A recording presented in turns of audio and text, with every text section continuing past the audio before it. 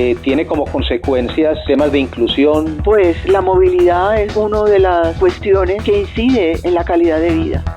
Responde a necesidades distintas a moverse. Si escuchas este episodio de Espacios del Futuro desde Bogotá, sean todos bienvenidos a la capital de la República de Colombia. Estás en una ciudad cuyos habitantes pierden hasta 133 horas al año en medio de trancones. Lo más probable es que seas uno de ellos. Llevo 2 horas acá desde la 100 hasta las Américas voy. Lo anterior, según el reporte global de tráfico de 2020 de la firma INRIX, que lo ubicó en el primer lugar entre las ciudades más congestionadas del planeta, seguida de Bucarest y Nueva York. Ahora una mejor noticia, también estás en la ciudad más amigable de América Latina con las bicicletas y la número 12 del mundo. Esto según el índice Copenhagenize, que desde 2011 mide qué tanto le apuestan las grandes capitales a los entornos aptos para el ciclismo urbano. La número 1, por supuesto, Copenhague.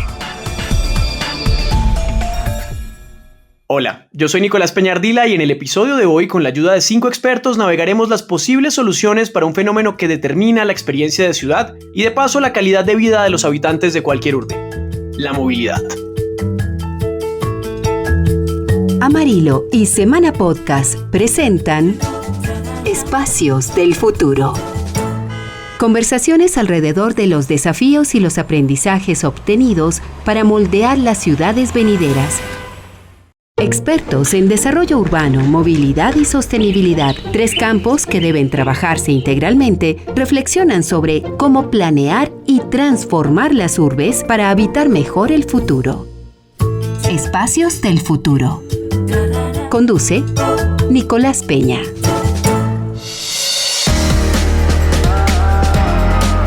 Sin ninguna duda, la movilidad es uno de los elementos estructurales, por no decir el más importante, en relación con la concepción de las ciudades y la calidad de vida en ellas también. Es una dimensión absolutamente prioritaria que tiene como consecuencias temas de inclusión, impacto ambiental, temas de eficiencia, cercanía y accesibilidad, realmente temas que conectan a las personas y las conectarán con una posibilidad de vida más feliz y mejor. Es un tema central en la movilidad, en el presente y en el futuro de las ciudades. Escuchábamos a Alejandro Echeverry, director de Urban, el Centro de Estudios Urbanos y Ambientales de la Universidad de AFIT, hablar sobre cómo la manera en que las ciudades nos permiten desplazarnos es un eje transversal que nos conecta con la planeación, el urbanismo o el impacto ambiental. En esto coincide Germán Lleras, director para América Latina de la firma de consultoría Steer. Hay que pensar que la movilidad responde a necesidades distintas a moverse. Es decir, la gente sale a viajar en las ciudades porque tiene que trabajar, porque tiene que estudiar, porque tiene que ir al médico, porque tiene que comprar la comida o algún otro elemento que requiera para su vida diaria. Entonces, buena parte de por qué la gente se mueve se responde es qué es lo que la gente necesita hacer en una ciudad. Entonces, una de las formas sería cómo estructurar de una manera más lógica desde la perspectiva de que las cosas le queden más cerca a las personas todas esas necesidades. Entonces, si las personas viven más cerca de su lugar de trabajo, de su lugar de estudio, de donde tienen que ir a hacer algunas de las necesidades básicas, ese sería donde yo plantearía un punto de inicio. Es decir, ni siquiera tiene que ver con los sistemas de movilidad per se, sino con cómo se estructura la ciudad y cómo se estructuran las necesidades de la población. En paralelo a eso, o si se quiere como consecuencia de eso, aunque hay unos ciclos, digamos, de retroalimentación, pues uno ya piensa si necesito construir mejores vías, ciclorrutas, sistemas de transporte público, etcétera, etcétera. Pero yo plantearía que es por la forma en la que se diseñan las ciudades. Para Doris Tarchopoulos, arquitecta y doctora en urbanismo y ordenación del territorio, organizar una ciudad implica ordenar también la movilidad y hacerlo a distintas escalas, fortaleciendo siempre la variedad de alternativas que suplan cada tipo de necesidad. Sí, en primer lugar, no se puede hacer un plan de ordenamiento sin tener en cuenta el plan de movilidad, porque si el plan de ordenamiento territorial se basa en un modelo de ciudad deseado para mejorar la calidad de vida, pues la movilidad es una de las cuestiones que incide en la calidad de vida.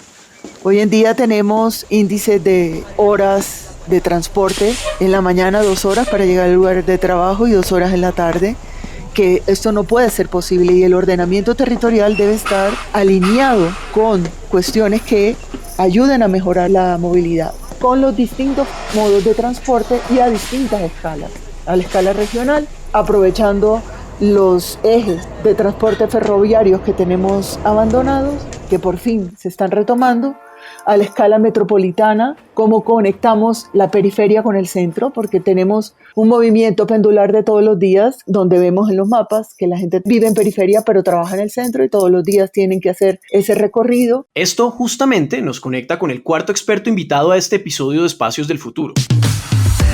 Para el consultor independiente y socio de Nomon Solutions, Luis Williamson, la mejor manera de librar a las ciudades futuras del tiempo que perdemos nosotros, los habitantes del presente estancados en el tráfico, está en ordenar la población. Fue siempre una preocupación fundamental, diría yo, en la planificación del transporte durante el siglo XX.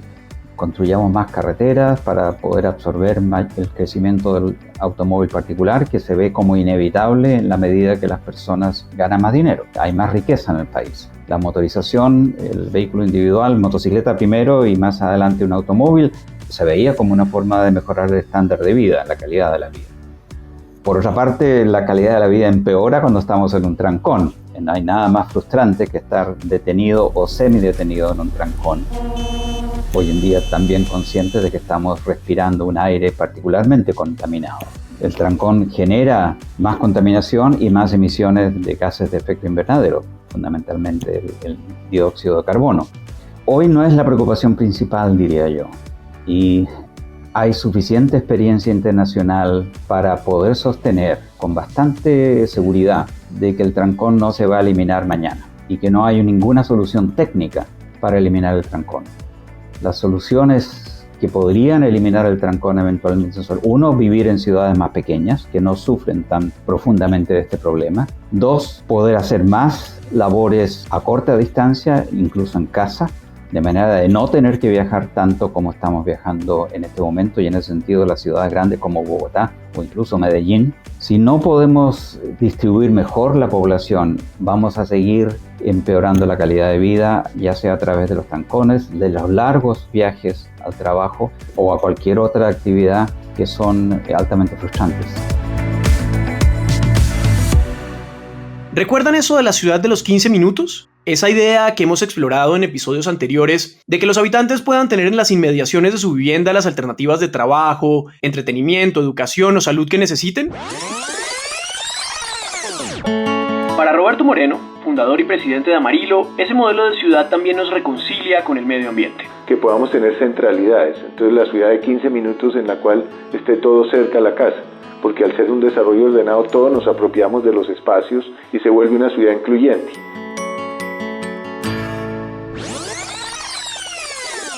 Pues, ante ustedes, una de las alternativas para mejorar la movilidad y sus impactos, tanto en la calidad de vida de las personas como en la calidad del medio ambiente en las ciudades.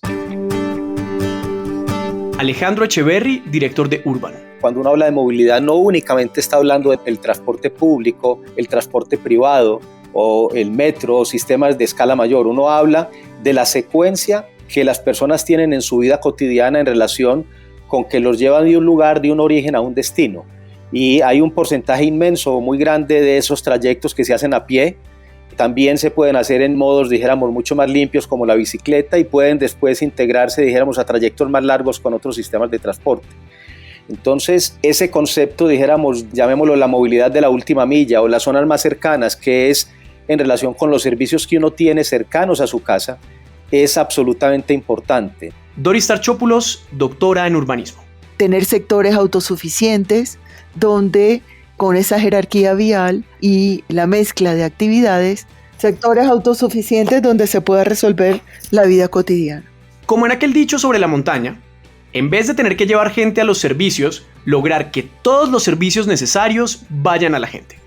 Iván Camilo Caicedo, gerente de proyectos de Amarillo. Este es un concepto que ayudaría bastante a que se descongestionaran las ciudades, porque permitiría que los habitantes llegaran a sus sitios de trabajo, de educación, caminando o en bicicleta.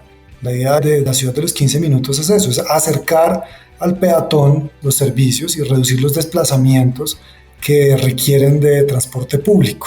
Esto pues yo creo que sería espectacular poderlo implementar acá en Colombia a gran escala.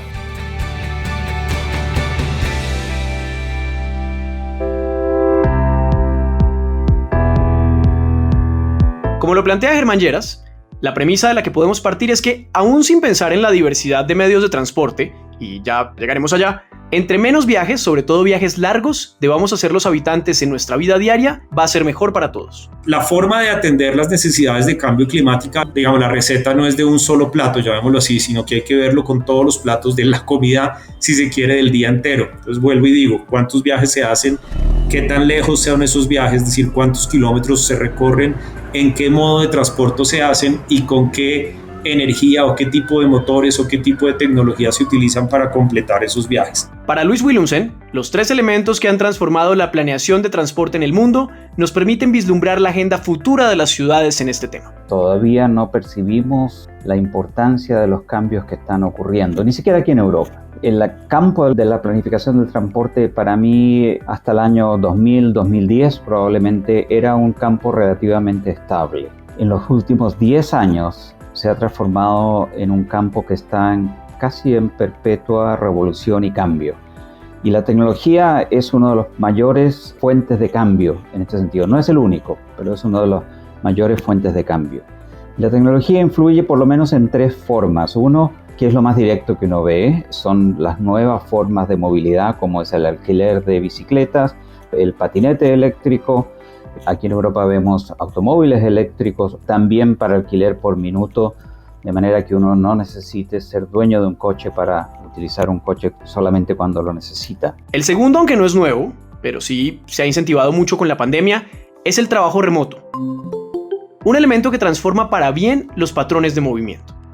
Escuchemos ahora a Willumsen contarnos el tercero. Y por último, todas estas nuevas tecnologías, incluyendo el teléfono inteligente, están generando una nueva cantidad de datos con los cuales no teníamos contacto en el pasado, no teníamos esta fuente de datos de movilidad que hoy en día es tanto más rica que hace 10 años atrás. En 300 metros. El poder tener una idea de cómo se mueve la mayor parte de la población, por ejemplo, antes y durante y después de la pandemia, una cosa que solamente ha sido posible gracias a estas gran fuentes de datos que llamamos Big Data, pero que es probablemente una exageración en ese sentido. Datos que tenemos acerca de cómo se desplazan las personas, cómo se desplazan los vehículos y cómo cambian esos desplazamientos a raíz de medidas para contener la pandemia, por ejemplo. Esta revolución tecnológica y de los datos transforma tanto la experiencia cotidiana de un habitante para navegar la ciudad, en la que los móviles son una herramienta fundamental, como la posibilidad de entender a gran escala las dinámicas de las personas frente a los sistemas de transporte. Y eso va para todos los modos de transporte, bicicleta, moto, caminata, todos pueden conseguir mejor información. ¿Cuál es un segundo nivel? Tú puedes pagar tus servicios de transporte con tu celular, sin necesidad de tener tarjetas de recarga o billetes. Entonces, hoy en día, la mayoría de sistemas de los bancos están generando esquemas de pago ni siquiera unidos a tus tarjetas de crédito, débito o cuentas de ahorro, sino sistemas de billetera en tu celular que permitirían pagar de una manera más fácil varios de los servicios de transporte. Y en el mundo hay, por ejemplo, una tendencia que se llama MaaS en inglés, Mobility as a Service, que es movilidad como un servicio, en el cual desde tu celular planificas, pagas y casi que consigues buena parte de tus servicios de transporte. Entonces, primero es información, el segundo es la posibilidad de pagar y el tercero ya es la posibilidad de contratar tus servicios. Y contratar tu servicio, pensémoslo como las tecnologías de taxi o carros por demanda que todavía están en ese espacio jurídico no muy bien definido, pero te permite acceder a vehículos que no necesariamente son tuyos. Y en medio de esta transformación, ¿qué creen nuestros expertos que va a ocurrir con el automóvil? Las perspectivas se aproximan a que la evolución tecnológica irá inevitablemente acompañada de un cambio en los hábitos de uso. Entonces, el automóvil como invento de un poco más de 100 años de desarrollo está migrando a una convergencia de al menos 3 sectores, que son el sector movilidad, el sector de telecomunicaciones y el sector de energía eléctrica. Y hay personas que dicen, por ejemplo, que los automóviles en realidad se van a volver baterías con llantas, en el sentido en que el mismo vehículo puede servir de almacenamiento de energía, de consumo y luego dar energía de vuelta a la red, o son mecanismos de telecomunicaciones, porque hoy en día quizás mucha gente lo usa, pero si yo no sé dónde está por ejemplo, uno de mis hijos, pero mi hijo tiene celular y ese celular me indica dónde está, pues todos los vehículos pueden tener GPS con celular y son una antena o un generador de información. Yo no creo que los vehículos vayan a desaparecer, sino que se van a transformar en esa convergencia que decía hace un momento de movilidad, telecomunicaciones y energía. Es que los automóviles van a ser cada día más tecnológicos y probablemente a finales de esta década tengamos lo que llamamos vehículos autónomos que no necesitan la atención del chofer para ser conducidos, por lo menos en ciertas áreas, en ciertos contextos que son más fáciles de operar con una versión autónoma. Y la otra versión, que no tiene por qué ser contradictoria, pueden ser complementarias, de que el automóvil no va a ser algo que esencialmente nosotros poseamos. El interés no va a ser el ser dueño de un coche, sino utilizar el modo de transporte más apropiado para realizar el viaje que queremos realizar. Y es que el futuro de los usos del automóvil no solo va a estar determinado por los avances de los fabricantes o por las decisiones de los usuarios. Aquí las determinaciones que tomen las ciudades, algunas de ellas ya en curso, harán la diferencia a la hora de mejorar el impacto ambiental y de paso la experiencia de recorrer sus zonas de mayor tráfico. Doris Tarchopoulos se refiere al caso de Barcelona. Barcelona se inventó las supermanzanas. Esas supermanzanas se derivan del código genético de la ciudad, en la medida en que es una malla urbana ortogonal que permite hacer dentro de 3 manzanas por 3 manzanas, cerrarlas solamente al tránsito de los residentes, al tránsito de los servicios de emergencia como bomberos, ambulancias, policía, etc.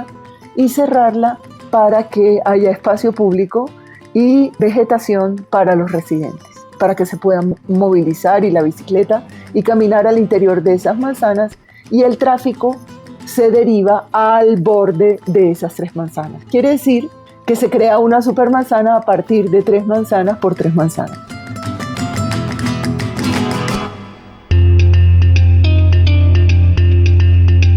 Tres ejemplos. Madrid, con su proyecto Madrid Centro y sus áreas de prioridad residencial. Hamburgo, con la idea de convertir el 40% de su territorio en zonas peatonales libres de circulación de autos para 2034. Y París, con áreas de tráfico limitado en el marco de la iniciativa París Respira, son otros 3 ejemplos de cómo se está desincentivando el uso del automóvil. Ya no se trata de un medio para los trayectos diarios, usualmente por razones laborales. Alejandro Echeverry, director de Urban. Cada vez más se van a fomentar las zonas de uso restringido, dijéramos, del transporte privado en las zonas céntricas para, de alguna manera, incentivar el transporte público.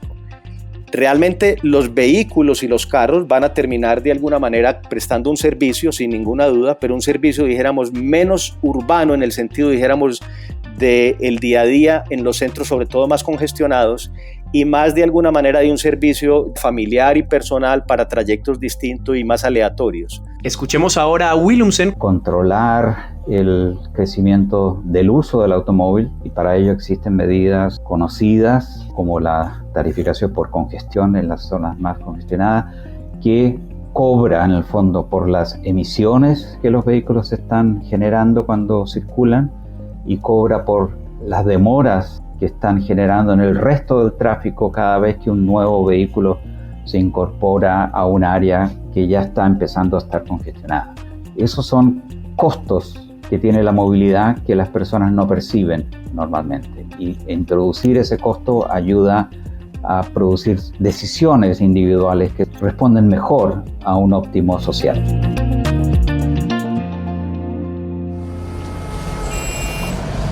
Con el transporte siendo responsable del 15% de las emisiones de gases de efecto invernadero en América Latina, esto según datos publicados por Naciones Unidas, y con 27 de 33 países de la región enfocados en este aspecto como un elemento para alcanzar la reducción de emisiones suscrita en el Acuerdo de París, es evidente la necesidad no solo de desincentivar los medios que puedan resultar más contaminantes, sino de generar ambientes propicios para los más sostenibles. Alejandro Echeverry, director de Urban. Está sucediendo una revolución en el mundo en relación con reentender de alguna manera la forma como nos movemos, y no solo las bicicletas tradicionales, sino las e-bike, las bicicletas eléctricas, precisamente por esa posibilidad de usar un sistema saludable, dijéramos, de bajo impacto ambiental, que ocupa muy poco superficie y es muy amigable con las personas y además es económico.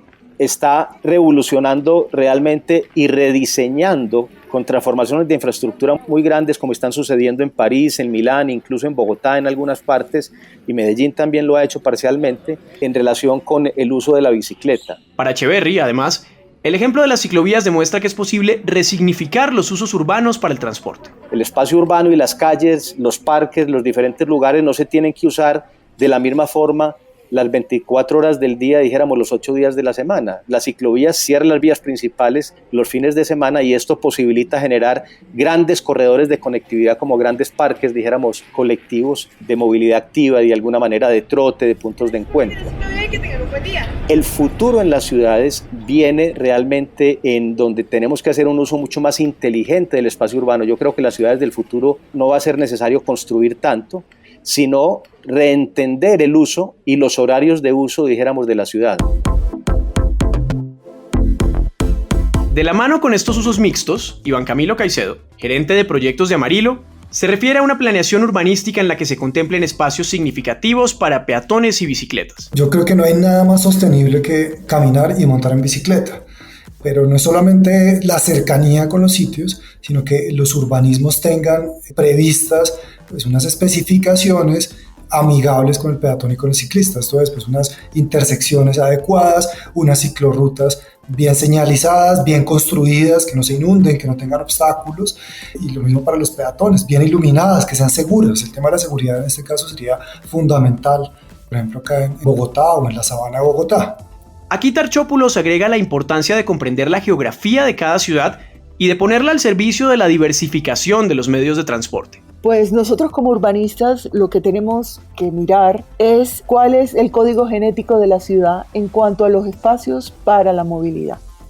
Por ejemplo, tenemos una geografía que permite tener, por ejemplo, en las montañas, cables para llegar a una estación y esa estación que distribuya la población a otros medios del sistema de transporte. Por ejemplo, tenemos canales de quebradas y de ríos que son espacios públicos alrededor de los cuales se pueden generar corredores para la movilidad, ya sea en bicicleta. Incluso podemos pensar también en tranvías alrededor de estos corredores de agua, porque el tranvía también es un sistema muy amable que no contamina, que va a una velocidad, pero que puede conectar sectores con otros sectores de la ciudad para alcanzar otro sistema de transporte de mayor envergadura para otras largas distancias. E insiste en que la respuesta a la movilidad futura está en entender los usos de cada medio a diferentes escalas. Bueno, la movilidad futura no va a ser muy diferente a la que tenemos hoy en día porque pues el futuro vienen los automóviles eléctricos más pequeños. Se le va a dar mucho más espacio a los medios de transporte unipersonales. No solamente es la bicicleta, ya sabemos que la tecnología ha desarrollado muchas cuestiones en este sentido. Contaremos con transporte metro conectado con el transporte regional, también masivo. Utilizaremos cada medio de transporte para la movilidad en cada escala. También serán los buses eléctricos protagonistas también. Yo creo que la cuestión eléctrica va a marcar la pauta en cuanto a los aparatos para la movilidad, sea cual sean, tanto de escala regional como de escala metropolitana, de escala urbana y de escala barrial. Por lo tanto, vamos a tener más espacio para lo peatonal y más espacio para renaturalizar la ciudad, es decir, más espacio para el verde. En ese sentido, quiero decir que la ciudad sería entonces renaturalizada y humanizada. Esa es la ciudad del futuro.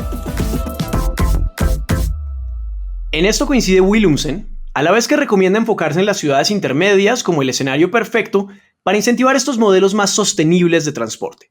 Medios que además, como reconoce Echeverry, conllevan el beneficio de la movilidad activa. Podría ser que lo más importante fuera crear entornos muy amigables y muy amistosos a los sistemas menos contaminantes, como la caminata y la bicicleta, en las ciudades pequeñas y medianas, y no concentrar tanto esfuerzo en las ciudades más grandes. Porque de esa manera, en primer lugar, tendríamos un efecto favorable en la calidad de vida de esas ciudades, que podría ser que atrajera la parte más creativa los creativos y productivos de Colombia a vivir en esas ciudades, dado que es posible realizar sus actividades más importantes a distancia y al mismo tiempo mejorar su calidad de vida porque están viviendo en un entorno mucho más favorable a una buena calidad de vida. Alejandro Echeverry, director de Urban. Usamos para nuestra movilidad la proximidad y la ciudad de los 15 minutos. ¿Y eso qué quiere decir? Que los jóvenes y las personas pueden de alguna manera suplirse en sus necesidades caminando de forma cercana.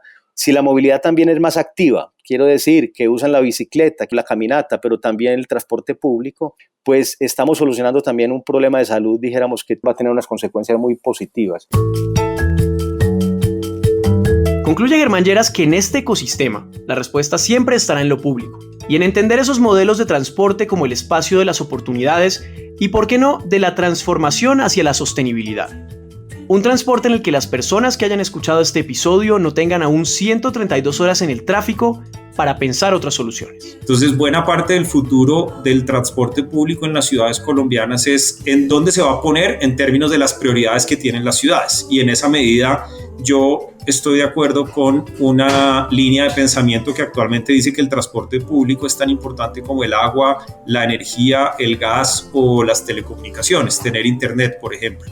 Entonces, el futuro del transporte público en las ciudades colombianas está en que las clases políticas y los ciudadanos lo ubiquen en el lugar que debería estar para darle la fuerza a esa ciudad y, como consecuencia de eso, dónde va a estar en las prioridades de financiación y cómo se va a lograr que algunas de las externalidades que el transporte público trae pues se puedan reducir, minimizar o incluso eliminar. Estoy hablando de contaminación, de congestión, de seguridad.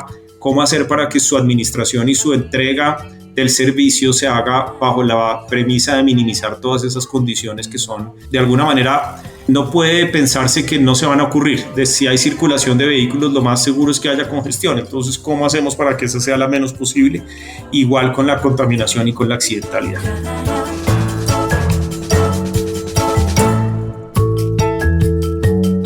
Aquí termina Espacios del Futuro. Los esperamos en una próxima entrega con más voces e ideas para trazar el mapa de las ciudades que queremos. Espacios del Futuro. Produce milpalabras.com.co. Presentaron Amarillo y Semana Podcast.